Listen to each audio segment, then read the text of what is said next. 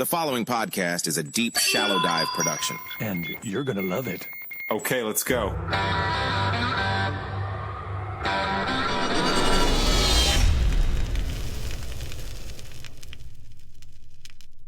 All right, so I had to start this out by saying, bet you didn't see this.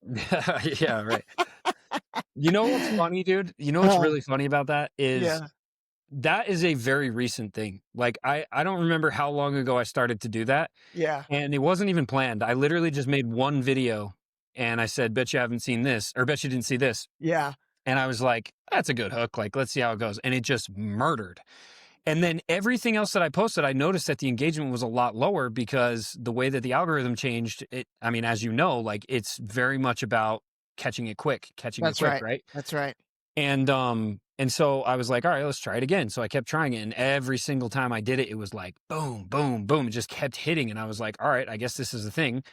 But what's really funny about it is, so I kind of adopted this as my thing, but didn't even realize it. And then, you know, since probably 2021, people have quote unquote like spotted me in the wild, right? Yeah. And it's always just, they come up and they say, oh, this is that you're the Patriot guy. Like, I follow you, blah, blah. Okay, but this time somebody spotted me. I don't even remember where it was, but they came up from behind me, tapped me on the shoulder and said, bet you didn't see this. And they like said it in my ear. And I turned around and I'm like, oh, that's me. Like, it didn't register at first. I was like, what? Bet you didn't see what? Oh, like that's hilarious. Well, and so now people do that all the time, dude. They come up behind me and they come up to me and they say, bet you didn't see this. And I'm like, yeah, I guess that's me now. Yep. I bet they do. And I have to give you the hugest compliment. So like, as I was kind of starting my process with Deep Shallow Dive and all that, and finally, like for the first year, honestly, I kind of was like hiding behind the camera. I really didn't come out from behind the scenes. A lot of people didn't even know what Deep Shallow Dive was, nor did they know who was behind it. So now I've kind of started to come out from behind the Deep Shallow Dive curtain a little bit. And so I've always wanted to find a way to incorporate myself when I'm doing other people's stuff, like remixing your stuff or Ian Carroll's or Candace's or whomever. And so I was like, God, that bet you didn't see this. That is so clever. I can't use that because that's Ian's. So I literally ended up coming with my own version, which was take a look at this video. And so my take a look at this video, I owe you that, actually. That is a that's cool. Homage to you because I'm not kidding. I borrowed that as a page out of your playbook. So thank you for that. No, you're welcome. I mean, dude, the thing is like, so again, I never planned it, right? But then as it started to take off, I realized why it works so well. Yeah. So I've been in sales my whole life. I was in door-to-door sales for over 10 years. And the name of the game with door-to-door sales is catching people's attention fast, on their doorstep, getting their attention and getting them to be willing to listen, right? So what you have to do is you have to create a impossible scenario for them to not only disagree with, but an impossible scenario for them to like not acknowledge you. Yeah. And so it's funny because when I say, bet you didn't see this, now that I've kind of thought through it and why it hits, number one, it's catchy. Number two, a lot of people didn't see whatever it is I'm about to post because a lot of people use me primarily for their news, or they're just not concerned with anything else. And so they really haven't seen it. Or, and this is the funny one, or they have seen it and they're so like, ugh, as soon as they see it, they have to comment, no, I saw it. But see, here's the thing that most people don't get. It's a play on words because I'm not necessarily saying, bet you haven't seen this, because the truth is, a lot of the time I actually wait for things to kind of, you know, pan out. Like, I am not the type of person that likes to jump on something right away because, I mean, straight up, dude, the news changes so fast now. And the truth of whatever situation it is you're covering literally changes by the hour at the beginning. It's like, this is true. No, this is true. This is, and so many of these people will jump on it like a grenade, like, oh, this is it, right? And the fact of the matter is that I try my best to really report truth. And so doing that, I know that I have to kind of give some oxygen to some of these stories. Yeah. So believe me when I tell you, if you're watching this and you're like, oh, I see your stuff all the time, but like, I've already seen it somewhere else. I know. There's probably a good chance you have. But the thing is, when I say bet you didn't see this, it's not just about bet you didn't see the content or bet you didn't see the you know, the substance of this post. you definitely didn't see my take on it. Yeah, exactly, Like, exactly. It's your take actually that is obviously, I think, what's attracted everyone to your content. And I was telling you before we hit record, one of the things that, guys like you, guys like there's a trio of Ians. There's you, Ian Ian Wendt, Smith. by the way. Yeah. There's Ian Smith, Yeah. the big dude, and then there's Ian Carroll, and like Which are those are both like. good friends of mine and great humans. Oh, that's really cool. That's really cool. Yeah. I'm like, it's the trio of Ians. And sometimes when I'm talking to different people and I say Ian, they're like, which one? I'm like, oh, Ian Wendt, check it out. And actually my one buddy's like, oh, I bet you didn't see this guy. So that Okay. has definitely stuck. Yeah. But I'll tell you, and your whole setup right now is so perfect as to why I think you need to be heard is. So if you're not watching this on Spotify or YouTube, Ian's got an American flag painting that's of him and his son. That's absolutely magnificent behind him, right? There's an American flag to the side. He's wearing his own patriot hat. And then is that one of the Charlie Kirk freedom shirts? What is that? Yeah, I literally just made a video about this. So this is a Charlie Kirk freedom shirt, but this is his Charlie Kirk freedom shirt that I bought off his website. Okay. Because I'm not going to buy it off of his so-called friends out there promoting it or selling it for their own brand. It's funny, dude, because we were actually asked to make these shirts because people have such confidence in our brand and in official Patriot gear. They know that we wouldn't do anything to profit off of other people, and we would do it the right way. And so we were actually, I can't even tell you how many times we've been asked to make a freedom shirt, not only by our customers, but like by big names, to the point where at first I said, absolutely not. I made a video about it. I shut it down completely. And then I had one of my friends reach out that's like really level-headed. And he basically kind of talked me into it. And he was like, look, I understand how you feel, but the reality is, Ian, you're going to do it the right way. And so you need to do it because people want this. Yeah. And it's a win-win. And I was like, all right, well, I started to think about it. And I was like, I got to a point where I was like, the only way I'm going to do this is if I get permission literally directly from Erica that it's okay to do this and that she knows that all the profits are going to go to a special fund for her kids. Okay. Because the reality is financially they're taken care of. Okay. Yeah, Anybody of that course. says otherwise, like, dude, the amount of GoFundMe's and all the different things that like they're good financially. Charlie was smart. There's money there for the family. They're good. So I knew that if we were going to do this and we were going to benefit the family, there had to be something that was like very unique. And so that's why I was like, let's, give it to the kids, call it the Freedom Fund for the kids. Sure. And just let it be something they can use for whatever they want. Like take it to an amusement park, take it on a trip, whatever it is, right? Yeah, totally. And that's kind of where I was at first. And I actually got permission, dude. This is before I started getting a lot louder about Turning Point and everything. But like, I know a lot of people there, and I straight up went to the top and I was like, hey, I'll do this if I get permission. And they said, you have permission, do it. And I was like, was this before he got shot or after? no, this was way after. Oh, This way was- after. Okay. Yeah. okay, Well, got it, I mean, got it. this was probably weeks after. Like, I didn't know if that shirt was something that was in the mainstream before he got shot. Like, I don't know if he was wearing it before. This all came out afterward. Yeah, I'm not sure. I didn't see it. But Okay. like, then again, it is one of those things where it's like the reason why it went off is because of what happened, right? Yeah, of and course, it of sent a course. message. But no, this is after. And Okay. so, but I got permission. I straight Got up it. got permission from the top, and they were like, to the point where we were actually going to, so part of what we do with our brand is, I'm not trying to plug my brand, but this is No, it's important. all good. I want you to. Well, so one thing we do is we reach out to influencers and celebrities and personalities, people that we feel like actually embody what our brand stands for, which is nonpartisan patriotism, like just freedom of speech, freedom of everything, and not political, not based on color, not based on race, like just love of country, love of people, and willingness to defend it, right? Yeah. And so what we do is we actually kind of create like a collection within the brand for them. So for example, Ian Carroll has his own t-shirt that we used his special painting that's always behind him when he does his videos. Got and it. we put it into the Patriot logo, and that's his signature shirt. It has his signature on it under the flag, and like that's his shirt. Yeah. And we have a bunch of others that are like that as well. And so I was literally going to do that with Charlie. We were going to make this t-shirt, but it was going to have a flag and his signature on it. And they gave, to the point, dude, where they gave me not only permission to make the shirt, they were going to give me his signature for it. Oh, wow. So if that gives you any idea of like how much people trust me and the brand as far as we're going to do the right thing, right? Yeah. And anyway, so I was like, okay, well, shoot, maybe we should do this. And then, dude, I did another double take. As soon as I started thinking about it, I was like, no, you know what? We're not. Because here's the truth.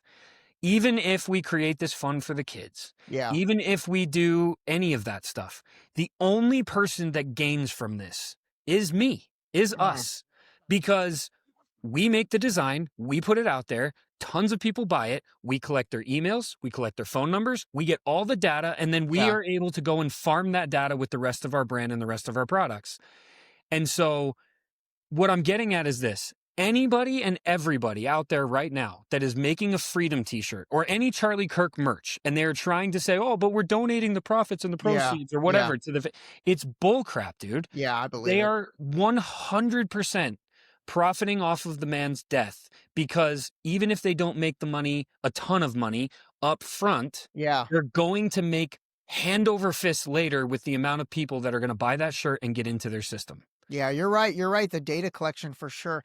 All right, let's talk about his so-called friends. Like, I'm at a loss, man. And I've really enjoyed consuming your content because you've really had the same mindset I've had where, I mean, I just don't get it. Like his entire network, including all the Turning Point people, and I hate to say it, including his wife, it's like they're treating his death as if he was a 95-year-old guy who peacefully passed away in his sleep. Like they went right to celebration of life.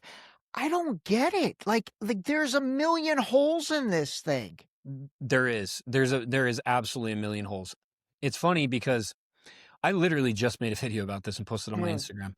But what I basically said was, it's so weird that you have all of these influencers and people that are attacking Candace Owens and myself and anybody else who is trying to like figure out what's really going on. Because the fact of the matter is that I think at this point, 99.99999% of people agree that the official narrative is absolute garbage. None of it makes sense. It's like if like one piece of it made sense, it would be something, but none of it makes sense. It's like all of it has holes in it, and everybody has been caught in different lies or inconsistencies, and like none of it makes sense. And so it's so weird that the people that were quote unquote closest to Charlie are like, I shouldn't even say that. The influencers and the people that you know say they were friends with Charlie or they profess to care about Charlie are attacking the people that are simply just trying to get to the bottom of this and figure out what's going on. That's the first thing. Really weird that they're doing that, right? That these people, because these influencers are the type of influencers that for so long, their shtick was uncovering the truth and questioning the narrative. And like during COVID, it was like, truth tellers. And yet now they're like, no, FBI said this, must be true, sick, move on. And it's and everybody else that questions it, you're a hateful bigot and a evil person and a like, I'm sorry, what? So that's the first thing. The second thing is all of the people that are, you know, getting caught in the crossfire, the people that are closest to him, like the Andrew Colvitts, the Tylers, all these people, right? They're going on these massive the pastor, Mikey. They're going on these campaigns. Mikey McCoy, his dad, Rob McCoy. Those guys are all, it's like they're trying so hard. It's almost like they're overcompensating for what?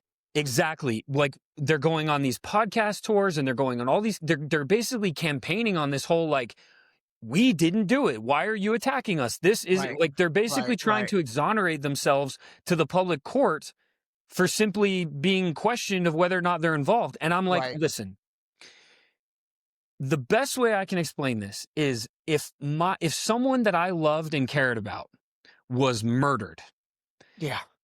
And the official narrative made absolutely zero sense. And I knew it made zero sense. Even if all of the people that were questioning that narrative were coming after me, even if they were saying, oh, Ian was probably involved in this. I know I wasn't. Right. So it doesn't matter. Right. Like, okay, right. sure. I get that when you get threats and things like that, it gets serious. I understand that. But handle it on a case-to-case basis, right? You don't make it public. You know that you're not involved. And so you know that at the end of the day, you're going to be completely exonerated. But you still don't know who, what, why, or how.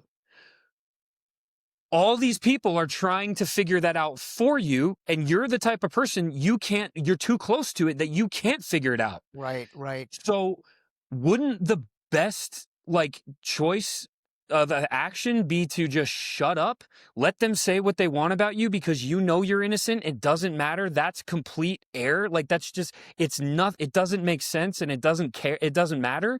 And let them try to figure out what's going on and hope and pray that these people actually do dig up the bones and figure out what's going on. Right? No, I don't get it, man. It's like all these guys like Officer Tatum, Benny Johnson, honestly, Dinesh D'Souza, a lot of people that I'll be honest, I liked their takes during COVID. Like during COVID, I was like, man, these guys are making sense. I kind of vibed with, COVID being, I don't even know, a psyop or whatever the hell COVID was. So I liked those guys for Test that. run. That's what it was. You say it again? It was a test run. It was a test run. That's we a can great get way. into that because that definitely that relates to everything we're talking about right now. All right, It's not. It wasn't a test run for a virus. All right, I'm gonna table that for 1 second because I Yeah. do want to get into that. Yeah. But all of those guys, one thing that I think helped them build an audience was their questioning of everything. And then all of the sudden, here we are in 2025, they've turned into the liberals that they attacked for 4 years. They've turned into the people that yelled at us for, asking, why are we wearing masks? Wait, why are we 6 feet apart? Why is Right. any of this making sense? You want to get a vaccine because you want to protect yourself? Knock yourself out. Be my Get 20 Yep. shots if you want. Yep. But don't force that on me because I don't think that's the right route. Now, all of a sudden, these guys are acting the exact same way about it's like Charlie Kirk is COVID and they're attacking anyone that's asking questions. It's insane. Well, and so, you're right. But going back to my point about this too, so again, you have the Andrew Kolvich, you have the pastors, you have all these people going on campaigns to prove their innocence, right? Yeah. Well, who is the one person that isn't saying a single thing? The one person that isn't saying a single thing. Closest Trump? to Charlie, not saying a single thing. No. In that Closest- circle, in his immediate circle, the one person who isn't saying anything, but is the closest, His wife? Erica. Yeah. So I will tell you this, okay? I actually think at this point, because of what I said, right? Because of the fact that I've gotten to the point where I have decided that if I was in that same situation, the best course of action would be let people say what they want about me. I don't freaking care. It doesn't matter. I know that I know that I'm innocent, but I absolutely would want everybody and anybody to be turning over every single stone that I couldn't and try to figure out what's going on and who killed the person that I love. It's for that reason that I actually think Erica might be Candace's source. You know what? I have gone back and forth on this so She much. hasn't told her to stop. You're right. You're right. She hasn't come out and tried to prove her innocence or anything like that. She's just You're kind of right. let it go. And she just keeps tweeting. She keeps on going on. And I don't know, right? Nobody knows. And let's be clear about that. When you talk about conspiracy theories, I think it's really important for people to understand this.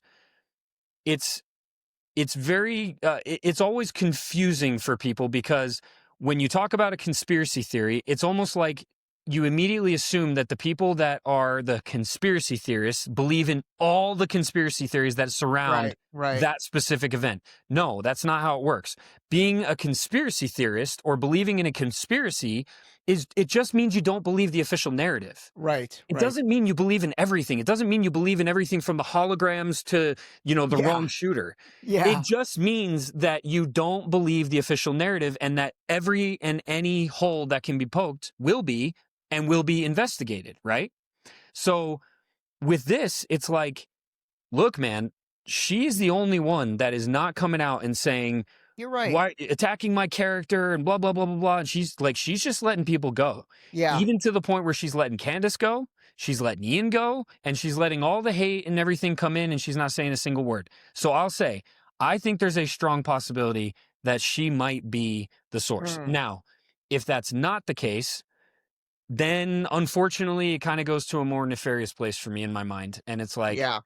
I really hate to believe that that might be a possibility, but dude, at this point, you're naive to believe that anything is not, No, especially with you the have to different be things that have been open to dug up. everything. Yes. You have to be open to everything. And I'll talk Yeah. about Candace in a second. But you're totally right. I will say, I think Erica's taken a lot of criticism for, like the way she was with the casket in his hands the day after, and Very then theatrical. very theatrical, going on the podcast, acting happy, the WWE SummerSlam memorial event. I mean, Dude, that the was, memes for that are so funny, bro. they're hilarious. Oh my That was gosh, I was crazy. dying.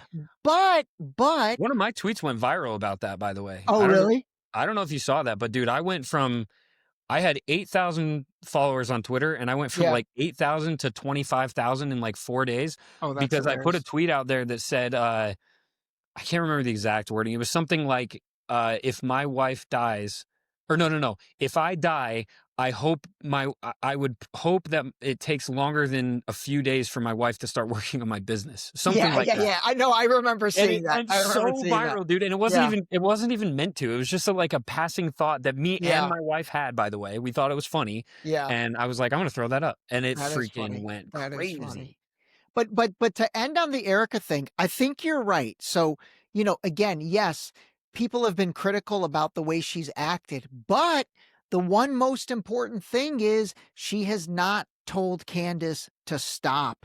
And Nope. she is not, all the other conservative influencers have attacked Candace like out the wazoo, but Erica has not told her to stop. So And- I think there's some truth to that. Yeah. And I know that there is this theory or there is this opinion that people will have when I say that of like, oh, but if she did that, like people would attack her for it. And it's like, no, they wouldn't, because there is so much cognitive dissonance based on faith right now Yeah. because of this whole situation. I mean, they have completely manipulated people based on their faith and their religion Totally. to not question this and then on top of that, shame other people for questioning it. So if you're telling me that she would get backlash if she reached out and told Candace to stop, no, you're wrong. If she did that, everyone would actually rally around her and they would say, yeah, Candace, you're the villain. Leave the grieving widow alone. Totally. So the fact that, and I know that Erica knows that. I know that everybody knows that. So the Yeah. fact that Erica hasn't pulled that card yet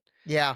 is very telling, dude. Like, Yeah. it just is. And to me, man, how crazy of a movie would that be if all of a sudden, like, just imagine, right? Just imagine that all this stuff actually comes out.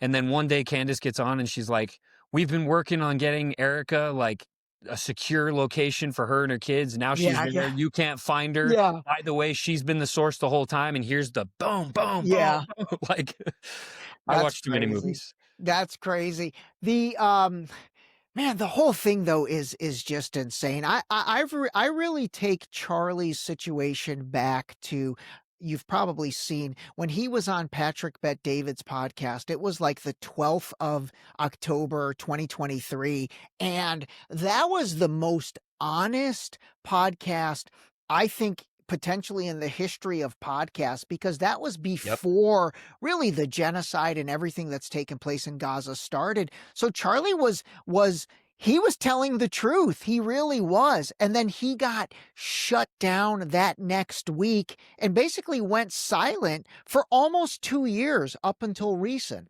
So for those people that may not know what you're talking about, it's the episode where he specifically calls out Netanyahu and the Israeli government for the stand down order that has been proven 100%. There was a stand down order.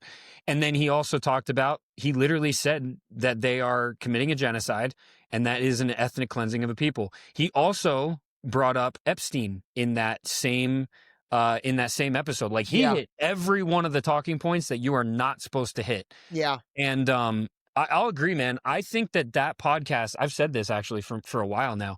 I think that podcast specifically was when he was put on their radar. On Like the radar. Yeah. 100%, it was like, we got to watch this guy. Yeah. And not only do we have to watch him, we got to get in with him and either turn him Yeah.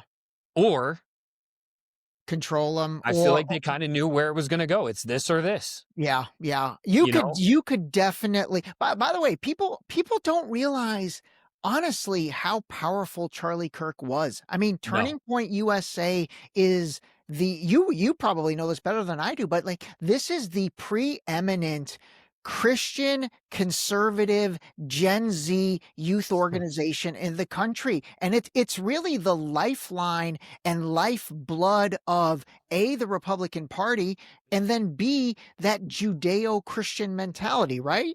Dude, it's not even this is the thing, man. It's not even just Gen Z. This is what people don't, I feel like most people don't understand and grasp about the Charlie Kirk situation, which is the main reason why I feel like the majority of them, why it's so hard for them to believe that this could have been an assassination plot by Israel, right? I think the main reason why is because they don't understand the full context. So what you have to understand is that this conflict has been going on for over 100 years. Like it has been going on forever, not just since 48, not just since 67, not just since October 7th. Like it has been going on forever. And the reality is they very much were seen as an ally and the little David and the country that could do no wrong at all for the longest time. But then something changed in the 80s. In the 80s, when the bombing happened in Lebanon and the Sabra and Shatila camp, and basically what happened is the media caught on to it and they started putting out these pictures and videos on the news about these massacres and saying like, wait a second, we thought this is how this country was, but they obviously are showing us that they are someone completely different. And the narrative switched, dude. It flipped and people started to see Israel for what they were. They started to see him as this freaking giant and this like bully of the Middle East that was basically steamrolling their way across and just murdering people at will and getting away with it.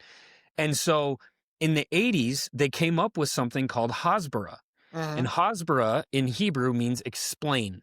And it's their literal, and this is real. You can look this up. This is not like a conspiracy theory. Yeah, I've seen that term. I've seen that term easy so to many find places. it, dude. Yeah. It is their literal PR campaign that they devised with some of the top PR executives from all over the world, including the United States. They brought in the guy that was in charge of the Miller Lite, because Miller Lite was always a woman's beer. Yeah. They reframed that to be a man's beer, like to be for men or whatever, with this guy. This guy was like a master of reframing. They brought him in to help with this whole campaign. They brought in Frank Luntz, who was also a master of reframing. Yeah. And they sat him down and they said, what do we need to do so that we can change the perception of Israel specifically for the West, for the United States of America, because we have to keep their support. We have to. There's no question about it. Yeah. And that's when they came up with this Hasbara campaign. And it literally is exactly that. The whole point of it is that when they are doing things that are completely wrong and atrocious, and anybody would look at it and think it's horrific, they have very carefully outlined a specific plan that all news channels and all media and now all influencers and all talking heads follow to a T in order to reframe Israel as the defender. The good guy. Yeah. And the good guy. Yeah. And garner support and keep that support in the United States. So the reason why I tell you that is because our parents, like my parents, right? The 40 to 60 something year old or older, they have been completely manipulated and propagated by Hasbara since the 80s. Yeah. And they had them like completely pinned down. So when you start seeing all this Free Palestine stuff in the recent years, it's because the younger generations weren't propagandized like the older. Yeah. They didn't have them down like everybody else. Yep. And so it's been a constant battle. Netanyahu himself said that they are losing the propaganda war recently. Yeah. Right? Recently, I saw that. So what people have to consider is this.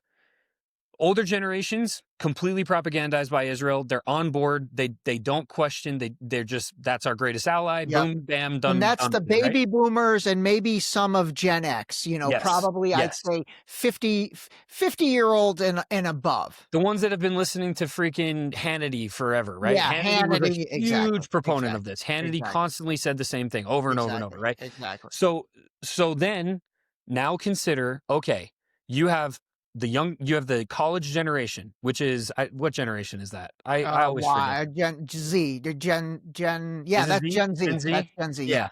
Because That's I'm Gen Z. 38. So what's my generation? You're a millennial. Yeah, you're kind of Millennial? like Yeah. top end of the millennials. Ex-millennial? Yeah. Yeah, well, you're ex-millennial. So you're millennials or Y, but they go by millennials. So you're kind of there. And then below you is Gen Z, which really is TikTok and Yes. then has spilled over Yes. to Instagram. Exactly. So now let's paint a picture, okay? So X and millennial, Yeah. my generation, Yeah. because of the Nick Fuentes, because of some of these other people, because of Yeah. these other personalities, we're also not completely propagandized. We're Right. not completely bought in. Right. The next generation, which is Z, the college generation, Yep. completely not bought in. I mean, Completely not. they're like 100% against the occupation, 100% against Israel, the left and the right. Yeah, exactly. Well, here's the other thing that most people aren't considering. Charlie himself said they were working on, and they're still working on, thousands of high school chapters. Wow. So what generation is high school? High school, I think, is like Generation Alpha or something. Generation Okay, let's A. just call it They're Alpha for even now. below. Yeah, okay. Let's just call it that. Let's call it. So you have Alpha, Yeah. Z, Z. X, Millennial. Yep. That's 4 generations that aren't propagandized the way Yeah. that Israel needs them to be in order to garner the support for their Greater Israel Project. And in order to be completely behind the idea that America First includes giving all of our tax dollars and supporting Israel in their never-ending wars. Yeah. Right? You're exactly right. Charlie was right. the most, not one of the most. He was the most influential human being to those to those younger generations in modern history. Yeah. And he was not only influential, he was effective. He was actually incredibly effective. It was a turning point. Like, he was actually changing their minds. He was actually changing the opinion of the younger generations. And towards the end, as we all know, within the last year or so, he started to realize what was going on. Yeah. He started to realize that he was under the same propaganda spell that all the older generations were, and he was not about it. And I don't care what anybody says. There were so many appearances on podcasts and things that he said on his show and all kinds of stuff that were slowly turning him towards not only being anti-Israel and being America First, but also realizing, you know what? The government is kind of the same no matter what side you're on. Yeah. I think he was coming to that. And there was some rumors that, like, when Israel bombed Iran, he was one of the only people telling Trump, hey, this is a bad idea, and then Trump yelled at him supposedly. So Yes. Not only that, on the 16th of July, I believe it was July 16th. And the reason I know that is because it was right after or right before some of those Google searches started coming up, where people were searching, coincidentally, the hospital and the medical examiner and the surgeons from that hospital from Israel and DC. Anyway, we can get to that. But he went on his show. I actually made a video about this too. He went on his show and he outlined the 10 necessary steps that had to be taken by the administration in order to regain the support of the base. He literally went on and said, listen, you guys have lost the plot. You're losing the generation. You're losing this base. It's a mass exodus. And the only way you get it back is if we get complete declassification of the Epstein files. Yeah. And he laid out a 10-step process that they had to follow if they wanted to regain the support of the base. This all happened before he was killed. Yeah. And so when you consider all of these things, and then you consider the fact that it was also during the exact same time that one of the greatest genocides and examples of just inhumane murder at mass without being questioned hardly at all was happening, right? Yeah. and that America was supporting it. And then on top of that, they were buying up all the platforms that these younger generations use the most. So you have Yeah. TikTok, Google, Yep. YouTube, Yep. and restructuring their Hasbara plan. While all of that is happening, the most influential person to all of the generations that could literally be the one thing that topples the entire house of cards is taken out in front of 3,000 people on a campus, and and nobody knows who, why, how, or what. Yeah, yeah, that's insane, man. Like, So let me ask you this. Do you think that it's working against them? Do you think they miscalculated with this? Because I will tell you, I had on, did you see that kid that kind of grilled and cooked Glenn Beck the other day? It was at the Turning oh Point yeah, event. I did. Yeah, yeah. Yeah, I posted His about name's that. his name's Jeb Baugh. I had him on the Okay. podcast last week, and it was a great episode. And I asked him, I said, Jeb, what does your generation think of this? And what do you think of the Charlie Kirk situation? Do you think there's holes in this story? He said, we all do. None of us believe this. So it almost feels like, I don't know, did they shoot themselves in the foot by doing it the way they've done it? And will that turn the generation off even more? Or I don't know, 50-50 maybe? It's such an interesting question. I've asked this question I've talked about this with some close friends, and like, I, I always struggle with, is our government really just that retarded? Like, Yeah. Yeah. like, are they really just that stupid? Like the Yeah. love letter that came out that was Yeah. obviously AI, right? Or the fake letter to Bibi that they tried to push from Yeah. Charlie. It's like, are they really that retarded? Do I they know. actually, like, did somebody legitimately come into the office and say, hey man, AI cooked this up. It sounds Yeah. pretty good to me. We should send it out. Hell yeah, bro, send it. Like, is this the boomers just not I being, know. you know what I mean? Like, is it my dad sitting behind a table and saying, yeah, sure, that sounds good, they'll understand this, and me being like, Dad, what? Yeah. Like, I can't get to the answer of, are they just that stupid and really just that unorganized, and they're just completely out of touch with the younger generation and what we're capable of? Yeah. And did they really just overplay their cards? Or is it really just a massive psyop? Like, is this Yeah. all just one big psyop, like so many other things have been, that hit, a few birds with one stone, Yeah. right? The Israel Yeah. support, the distraction, furthering the Gaza Riviera plans, right? Like all Right. these different things. And it's like, is it also leading to this inevitable crackdown? Because we know that in addition to TikTok and Google and YouTube, there's been VPNs and AI systems that have been bought by Israel. And on top of that, you have Larry Ellison, who controls TikTok, Right. who is a staunch Zionist. Staunch. And a lot of these people that are now controlling our information platforms are Zionists, are staunch Zionists. And so is it just leading to this like inevitable crackdown where they're going to use the most massive AI surveillance to crack down on anti-Semitism, which is ultimately just any and every opposition to the overall goal for globalism, right? Right. Is that where we're headed? And like, is that what's really going on? And between those two things, I struggle all the time, dude. Yeah. Like, Ray, I don't know. Are they stupid or are they really smart?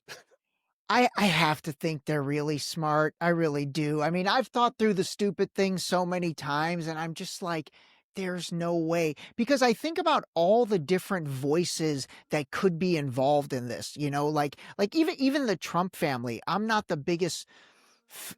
a fan at all anymore, but even of like Don Jr. and Eric, and there's Laura, there's Ivanka, there's Jared. There's smart younger people in that fold. You know what I mean? So like, I don't know who's all involved in the decision making of this, but in my mind, there's too many diverse intellectual people that somebody would be like, are you guys crazy? That sounds so stupid. Don't send that. So it has to be the flip side. And let me tell you something. When I think of America First, like, I don't even know if you subscribe to that movement in particular, but my simple definition of America first is somebody that really wants America to be at the beneficiary of everything. And you know who that is? It's you, dude. Like I look at you, I look at, I don't know if you know Jeremy Sladen, J Slay USA. I He's know who you're talking of. I've never met okay. him, but I know who you're Yeah, talking about. he's a great guy. But like Ian Smith, Ian Carroll, like all these guys that to me, again, you guys, you're really centrist in many ways, but you've got an American flag. You've got a double American flag behind you, but you've been one of the most outspoken, and honestly, I really want to credit you on this, one of the most empathetic voices of humanity for the Palestinian people. Like you really have. I've taken in so much of your stuff, and I'm like, dude, this is so refreshing. It's like a normal white dude that truly just is calling a spade and just says, hey, don't kill women and children. Hard stop. Like end of conversation. We don't need to. Yeah, Imagine that. Like imagine that. it's I know, dude. crazy. I don't understand it, and it's crazy. Like I've said this many, many times, but I've never said it on your show, so I'll say it. Yeah. My belief of America first is 100% America first does not mean America only. Okay. The fact of the matter, and I've used this analogy so many times, but I feel like it's the best one. If my family is drowning in the river with a bunch of people and I am able to save them, I am going to dive in, save my family, bring them to shore, make sure they are dry, comfortable, safe. They're not going to have any other issues. And then I'm absolutely going to dive back in and try to save other people. Right. Yeah. Yeah. But not until they're safe and not Yeah. until they're good. And that to me is what America first means, because you cannot pick somebody up off the ground with two broken arms. Like you have to get to a place where you're strong enough to make it happen. And I also, though, like I said, I also believe that America first does not mean America only. And the reason for that is simply because I believe in the law of the harvest. I believe in the fact that truly the more you give, the more you will receive. And so I believe that's a universal law. And as a government, we absolutely have to be willing to give in order to receive. And now, so in other words, I am not an isolationist. Yeah. However, I will say that at this point, where we are right now as Americans and as a country, we absolutely need some isolationism. Yeah. Yeah. Even if it's for a short period, we Right. need to be isolationists right now, because we have got to take care of our own. We have got to get our country back to a place where we want, where our kids will be happy to grow up, quite frankly, like we were. Like, I know Yes. that there were a lot of issues and everything in my childhood that I wasn't really aware of, but like, I had a pretty dang good childhood, man. Like, I feel like the America I grew up in was a great one. Yes. And I think most people would agree with that. And it's like, we Totally. need to get back to a place where our kids are safe and taken care of, and they grow up and they're able to, chase the American dream and like truly become something of themselves and Right. and be free. Yeah. And Yeah. we're not in a place like that right now. And so like, yeah, we kind of need some isolationism right now in order to get there. But then once we do, we absolutely should reach out and help our other neighbors. And we should Right. absolutely do our best to, once we have the means, we should be willing to give. And this is something I believe so strongly to my core, because it's exactly who I am too. And I'm not trying to like, pat myself on the back or anything, but like, dude, if I could make a living from making lots and lots and lots of money and then giving that money away, Yeah. Yeah. but as long as my family was like safe and taken care of Yeah. and like we had what we needed, I could do that. Because the most fulfilling thing that I have ever done, and that I even am blessed enough to continue to do, is things like that. Like when the hurricanes hit North Carolina and Texas and stuff, like I am blessed to be able to raise a ton of money and then go Yeah. give it away. It's the best feeling. And it's the most fulfilling thing that any human being, I feel like, can do. And so I believe the same thing about our country, but you can't do it if you don't have it. Yeah. Yeah. And we can't keep Absolutely. creating it out of thin air. No, those were all great analogies, and I love the analogy about saving your family, making sure they're good, and then jumping back in. I totally agree. Like I don't understand the Republican Party right now just makes no sense to me. Conservatives make no sense to me. It's like on one hand, yeah, let's seal up the border for sure. I'm good with that. But then on the other hand, why are we sending billions of dollars continuously to Ukraine and Israel? That doesn't make sense. Like, you want to seal up the border and stop immigration because it costs money, but then you're taking that same money and you're giving it away. I don't even really know your political background. Like, I mean, I would imagine you've leaned more Republican in your life than Democrat just by, I don't know, the fact you have a Yeah. Patriot hat on. Yeah, I mean, honestly, man, I really wasn't very political at all until like 2016. I mean, Okay. I woke up Mhm. in 2001 with 9/11. Like Yeah. that's when I kind of got the hobby. I was more, it was a hobby of being a conspiracy theorist just because Yeah. I was like, this is bullcrap. I'm from Oh, now upstate New York. you thought that back in 2001, Oh, like when it happened, you were like, this is not I adding mean, up. no, it was like to be fair, it was like a couple years later, right? Because I Okay. was I young, love that. but I'm Yeah. from upstate New York, okay? Okay. And so, like, it was probably a few years later. I don't Okay. know exactly when, but it was definitely like around that time, and I started to kind of become the closet conspiracy theorist. Just like I would just dabble. It was just fun to like Yeah. look into this stuff for me, right? Yeah. But I was never vocal about it. It was never something that I felt like I needed to be vocal about. But it led up to really in 2020 when I saw everything that was happening with the BLM riots. Mm. I knew what it was. I saw it for what it was. And like I thought a lot more people understood that stuff too. Like I thought way more people understood the power of the mainstream media and the propaganda that they use to spin narratives Yeah. than really did. Like so when I started speaking out, it was in 2020. I decided to I basically decided to gamble on whether or not I was going to burn the platform on social media that I'd created over the last 10 years. Yeah. I probably had, I don't know, 10, 15,000 followers maybe that I built in my sales and business career. Yeah. And I worked really hard at it. And then one day I was like, I got to say something. Like, I know this is manufactured. I know they're creating a divide. I know that this is all Mm. bullcrap race war stuff. And I even know what they're going to do for the next 3 years.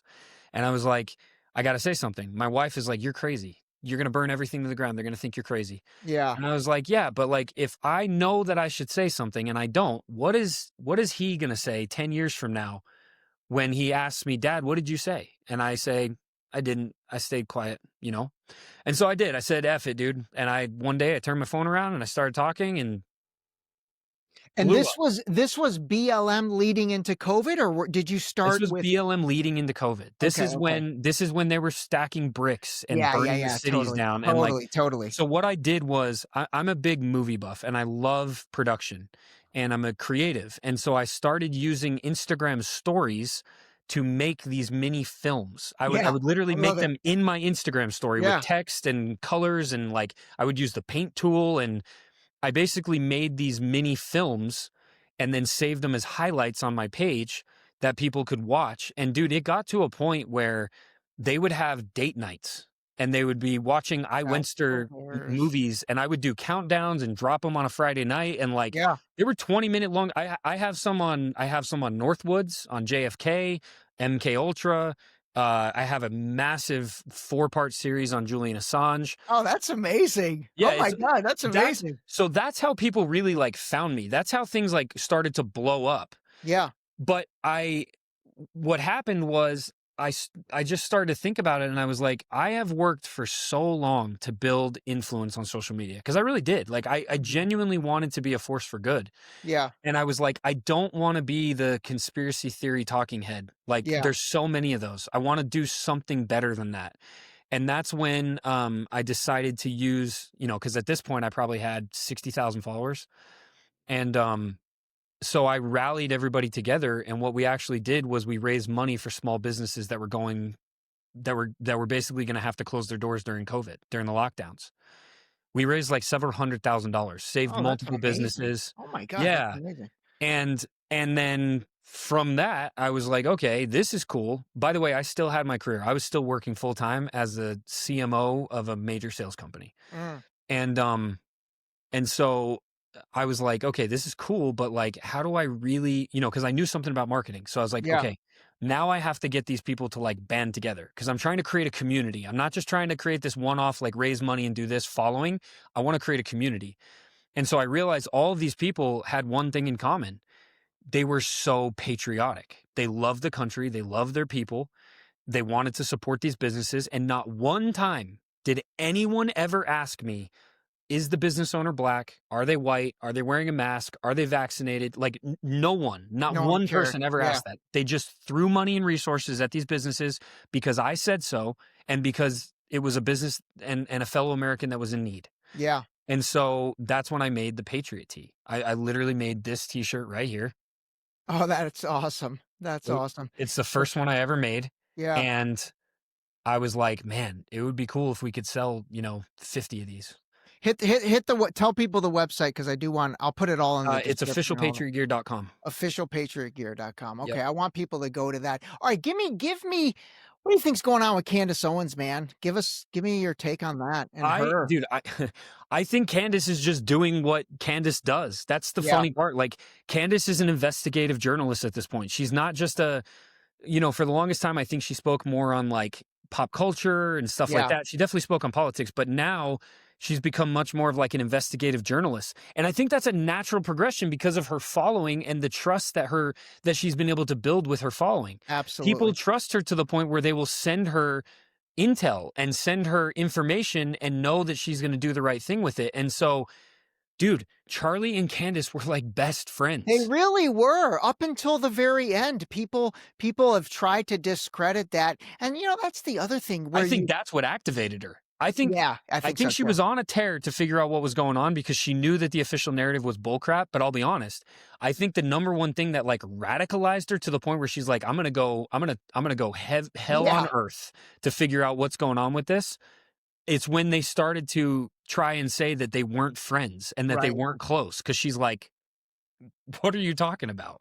Yeah. You know? I will tell you this. It's very interesting, that little group of, conservative social media influencers, Officer Tatum, Benny Johnson, Dinesh D'Souza, there's a network of, let's say, 15 of them. I think somebody gives them talking points because every day it's like they hammer the same thing. And then all of a sudden I'm seeing the same message about Candace being this or someone being that or Tucker Carlson being this. Actually, today it's all about, Tucker Carlson having Nick Fuentes on and, this was disgusting. It's an onslaught on Nick Fuentes. Yeah. Why would you platform this exactly. Nazi and this anti-Semitic, whatever?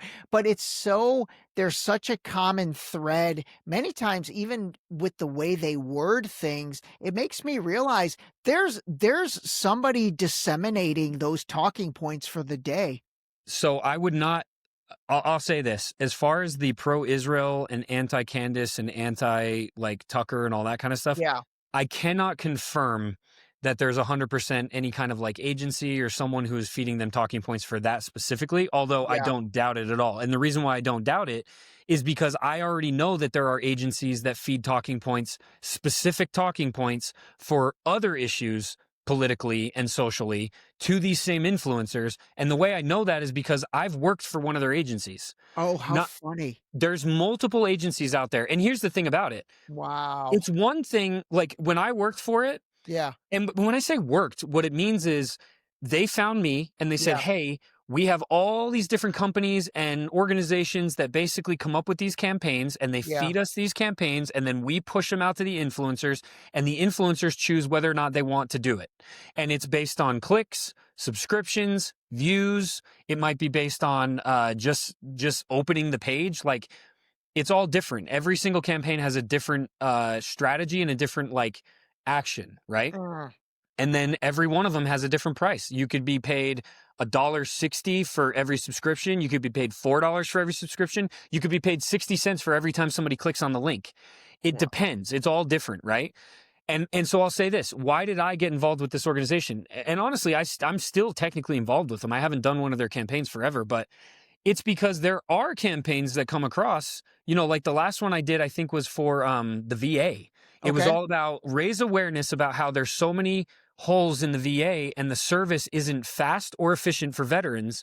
and make a video and talk about that. And I was paid based off of views. And I was like, yeah, I do that all day. Like, because that's something I believe in. You actually believe in that cause. Easy, right? And there's been other things that are like, it might be based on like going after big pharma or whatever. Now, I will say some of them you have to really deep dive because they hide things in there, right? And you have to be really, really careful about what organization you're supporting. So like, for example, I put out a few things for PragerU for a while before I ever knew about Dennis Prager and his weird being okay with child porn and like all this other stuff. And like, once I figured that out, I was like, okay, never again. Right. Yeah. But you know, you live and you learn. Point is though, if you're doing it that way, dude, I don't have any problem with that. If you actually believe in it and if you're actually pushing it because it's a good cause, great, fantastic, do it. But if you're the type of person that's literally, and these are the type of people, they'll just push every single campaign that comes their way because they're making the money off the campaign and they don't really care what the message actually is. No, totally. That's a whole other story when you just become a prostitute for political activism. And then the whole theory, I mean, not a theory, but I think it's true. You know, Netanyahu met with a bunch of influencers. And that's not a theory. He did. There's video. He did, yeah. And then those guys got paid $7,000 a post or something. That's what they're saying. That's what they say. And so like, so to go back to the Tatums and the DC Dranos and those guys and stuff, like, look, at the end of the day, I don't know if they're getting paid or if they're getting specific talking points for the Israel stuff or the Candace and Tucker stuff, but I know they get specific talking points for all the other things. And you can actually tell if you pay attention and you watch Tatum's stories, for example, every once in a while he'll post like a black story that just has text and a link. That's what that is. Got it. That's exactly what that is. And it's always some random thing that doesn't have anything to do with anything else, but he's doing it at times of high engagement because the more people that click on that link, the more money he makes. Now, as far as the $7,000 goes, I think there are definitely influencers that they are paying the $7,000 to. I don't think that's a question. Yeah.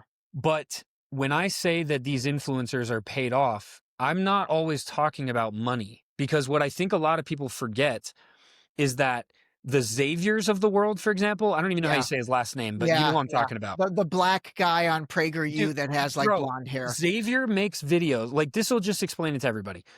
When Xavier makes his like video, his viral TikToks or whatever, he's doing it from a place in his house where he has his credentials and his party invites hanging on his wall like trophies. Yeah. Okay. Like, if you're hanging your credentials on the wall like a trophy, you are exposing yourself for the extremely insecure person who is constantly seeking validation and attention. That's what that means. Yeah, that means that party invite is like so important to you. Yeah. So what am I getting at? I don't think those people are paid. I think they're too stupid to get paid. I think instead they're getting paid with the party invites and the handshakes and the validation and the press. Like, dude, listen, I'm going to expose someone right now. Yeah, do it. Amazing. Okay.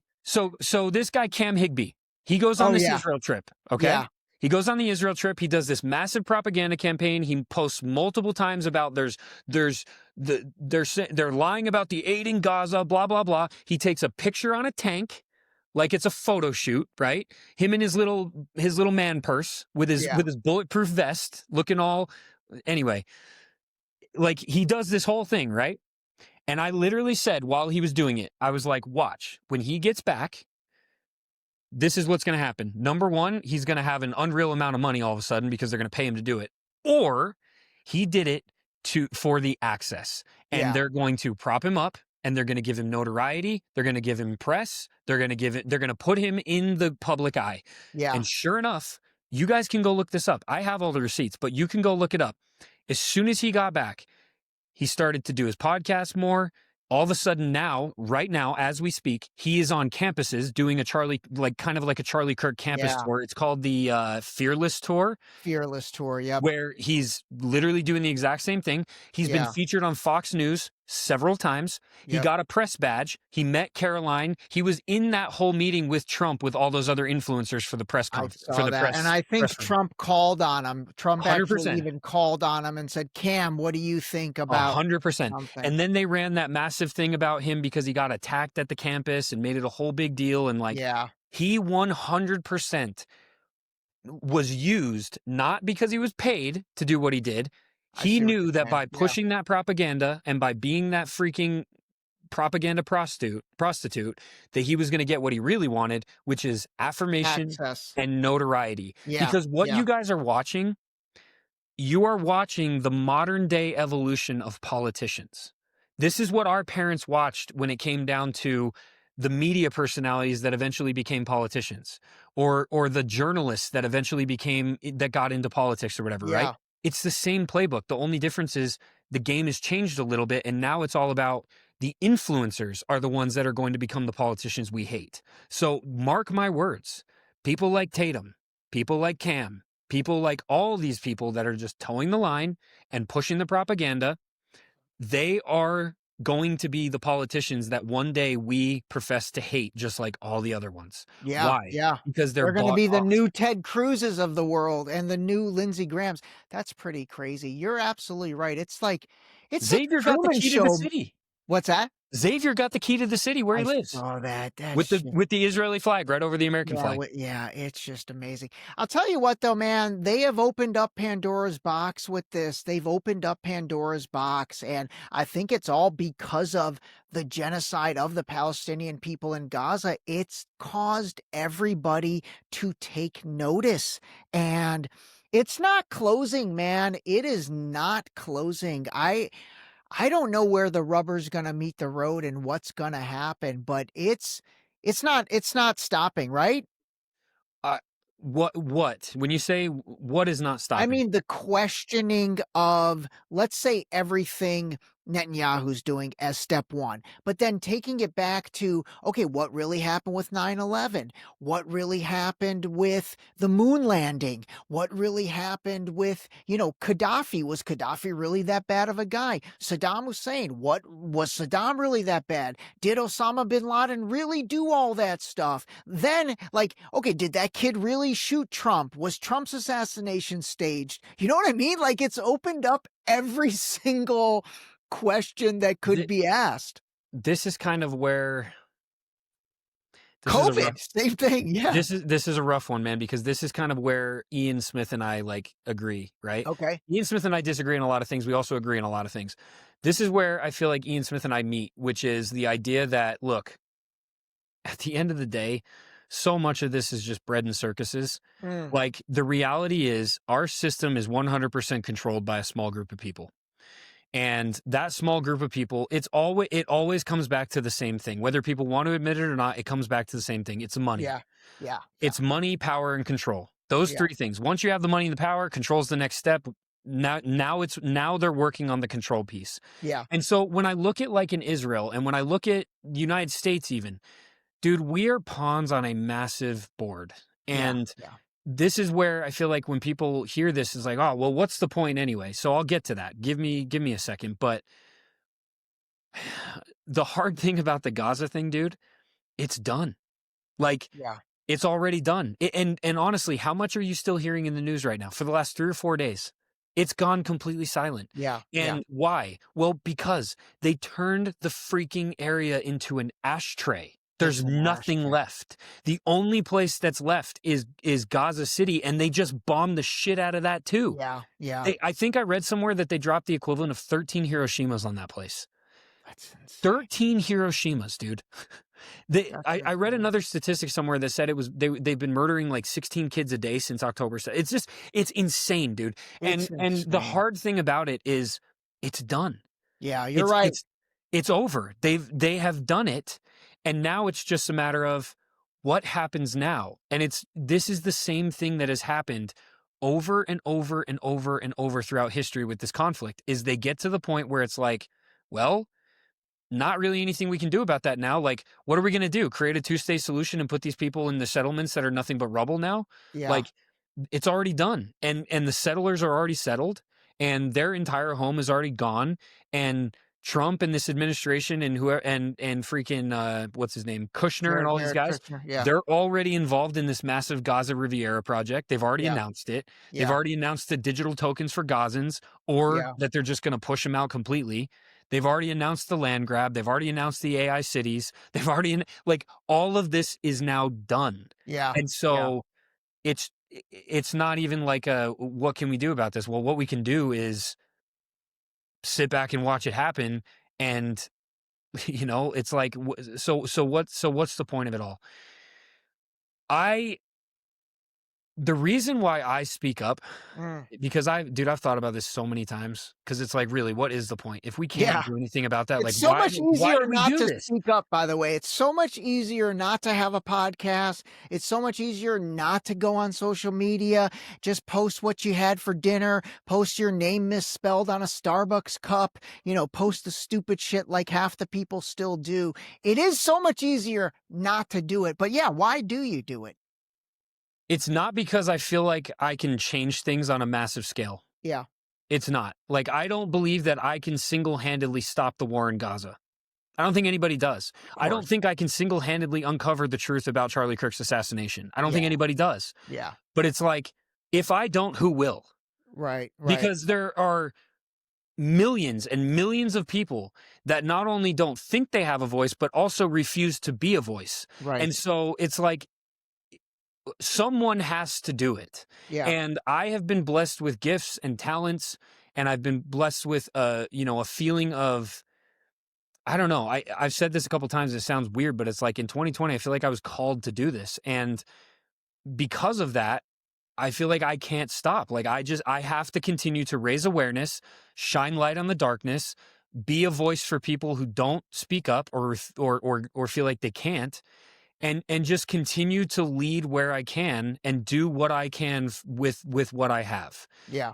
And be an example of, I'm not the perfect father or perfect husband, but like try my best to be an example for people as far as fatherhood and being a husband and a business owner and, just being a genuine, authentic voice in a sea of propaganda and lies and discord and like, try my best to achieve what I feel like I've been called to do, which is unite the good.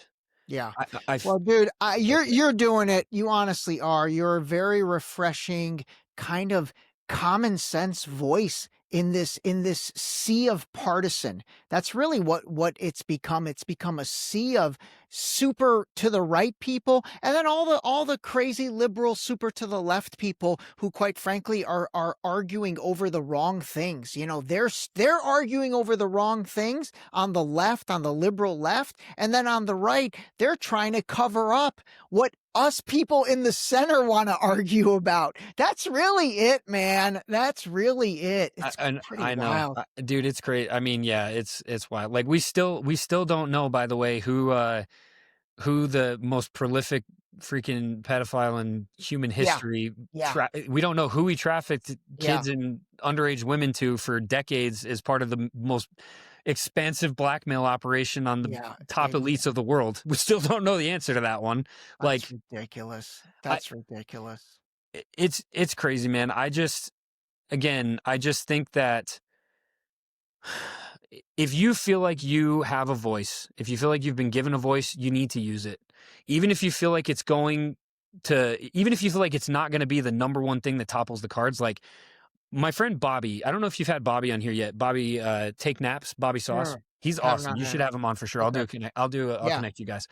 He's also very much like me, very centrist, very willing and able to see all sides, offend whoever, like it doesn't matter. He's just about freedom and truth. Yeah. And what he always says is, if you have the ability to speak up, do it. Because at the end of the day, none of us know if we're really going to make a difference. But at the end, but he also says that eventually the cream rises to the top, right? Like we are in a place in a time in history right now where, believe it or not, you have the ability to cement your legacy in history and actually be somebody of consequence. You don't know how that's going to happen. I guarantee you the people that we still remember to this day from hundreds of years ago or whatever, they didn't know that that's what they were doing. Yeah. It just happened because they were willing to step up and lead. And it's so important to do right now because so few people are willing to do it. And I'm not saying you do it, selfishly or whatever, but like, I mean, Ray, I literally wear this on my wrist every day. I've worn it for years and years and years and years. It says leave a legacy. I love because it, I'll be quite frank, I don't care. I literally could care less what anybody thinks about me in the moment. I literally don't care. Yeah. Family, friends, colleagues, followers, I don't care. I will say what I want. I will do what I want. I will be myself. What I care about is what people think about me 10 years, 20 years, 30 years, 40 years, 100 years from now. That's and what they attach me to my kids. Yeah. And what that means. And I know that the only way to cement something that is meaningful there is by being the most authentic, the most genuine that I can possibly be, and just doing my best to like uphold my mantle that I've been given. I love it, dude. I love it. All right, listen, man, I could talk to you for hours. This could go on I know, for man. a longer time, but I really appreciate it. I do want to do a follow-up though, because I want to get into the COVID stuff and really get your thoughts on all. We could for sure. I think we should definitely get into the COVID thing, because what you're seeing now with the whole anti-Semitism thing in Israel and all that. Yeah. I mean, literally, guys, if you're listening to this, just go change the words. Go change anti-Semitism to COVID. Go change Israel to doctors. Go change, propaganda to misinformation. Yeah. You literally, it's a carbon copy of everything we went through in the early 2021, 2022. And so it's like You're all these so right. like the Dinesh dude. Dinesh was so on top of COVID. It's like, obviously he's been bought out. I do believe he's been bought out. For sure. But it's like, how can you not see this for what it is? And again, it's because of religious cognitive dissonance. You know what? Next one, let's deep dive the COVID thing, because I think that'll be interesting to really then bring the parallels to what we're going through today. And actually, maybe that'll help people realize both things. You'll start to maybe it'll wake them up, be like, wait, exactly, exactly. Yeah. All right, brother. Everybody follow Ian on Instagram, because honestly, his Instagram's one of my favorite. It's at Ian Wenster. I'll put it in the Wenster. Wenster. Okay. I'll put it in the It's super complicated, dude. I'm sorry. I tried to change it at one point because Ian Wendt is my actual name. Wenster was my football nickname. Oh, that's funny. And when I started blowing up, I tried to change it, but then people were like, "Oh no, I can't find your thing." I was like, "Oh crap!" So it's Wenster. It's IWENDTSTER. Okay, so it's missing the A and the N from your first name. Exactly. Well, kind of. IW. Yes. Okay, all right. I'll put it in there. And then official patriotgear.com. All right. Correct. Yep. I'm gonna go on and grab some. All right, dude. Super enjoyable. And just keep doing what you're doing, using your voice. Again, like I said, I thoroughly enjoy your content, and we'll have a follow-up. All right, everybody. All Hope you guys. Thanks, bro. All right, buddy. Take care. All right, everybody. Call a spade, call your parents, and we'll get back with Ian soon. This episode was brought to you by Zippix nicotine toothpicks. Zip more, smoke less. Totally satisfying, discreet, and delicious. Zippix nicotine-infused toothpicks are available in 6 great flavors, each containing at least 2 milligrams of nicotine to curb those cravings. Zippix is FDA registered and proudly made in the USA. Use discount code DSD for 10% off your order at zippixtoothpicks.com. Zip more, smoke less, save 10%.